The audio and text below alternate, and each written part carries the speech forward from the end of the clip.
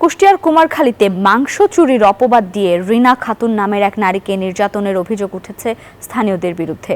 ওই নারীকে গাছের সাথে বেঁধে চালানো হয় অমানবিক নির্যাতন, কেটে দেওয়া হয় চুল, ভাঙচুর ও লুটপাট করে তার বাড়িতে তালা ঝুলিয়ে দেওয়া হয়। পুলিশ বলছে নির্যাতনে জড়িত সন্দেহে ৩ জনকে গ্রেপ্তার করা হয়েছে। মাহতাবউদ্দিন লালনের পাঠানো তথ্যচিত্রে ডেস্ক রিপোর্ট। গত সোমবার রাতে কুষ্টিয়ার কুমারখালী উপজেলার মির্জাপুর গ্রামে রিনা খাতুন নামে এক মধ্যবয়সী নারীকে মাংস চুরির অপবাদ দিয়ে অমানবিক নির্যাতন করা হয়।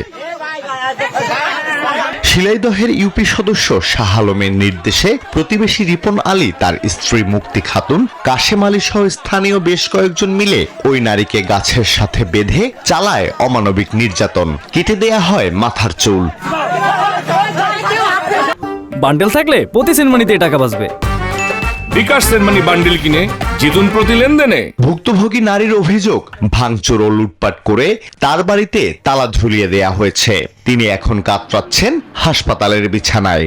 আমার বাড়ি ঘর ভাঙছে, আমার বাড়িতে আমার সব কিছু লুট করে, এমন কোন জিনিস নাই যে নিয়ে যায় নাই। ওই বাড়ির পাশে ওই যে আমাদের ঘরের পাশে যে লোক না, ওরা করেছে। নির্যাতনের ভিডিও সামাজিক যোগাযোগ মাধ্যমে ছড়িয়ে পড়লে শুরু হয় সমালোচনার ঝড়। এটা অন্যায়, এর সাথে আসলে যারা জড়িত তার দৃষ্টান্তমূলক বিচার চাই। অভিযুক্তদের দাবি, ইউপি সদস্য শাহ আলমের নির্দেশে রিনা খাতুনকে গাছের সাথে বেঁধে রাখলেও নির্যাতন করেননি তারা।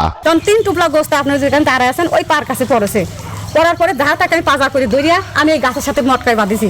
মেম্বারের হুকুম পাইছি, সে চুরি করছে, ধরা পড়ছে, তোকে চুরি করছে, তোমরা বিচার করো। আমি আসি তো, যেহেতু এটা আমি জানি না, এসব ব্যাপারে আমি কিছুই জানি না।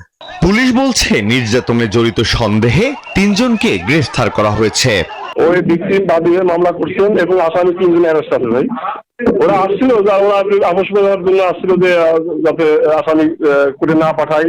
নির্যাতনের ঘটনায় ভুক্তভোগী ওই নারী 7 জনকে আসামি করে কুমারখালী থানায় মামলা করেছেন। এতে আরো অজ্ঞাত আসামি করা হয়েছে 5 থেকে 7 জনকে। আলহাদি খান, ডেস্ক রিপোর্ট, নিউজ 24।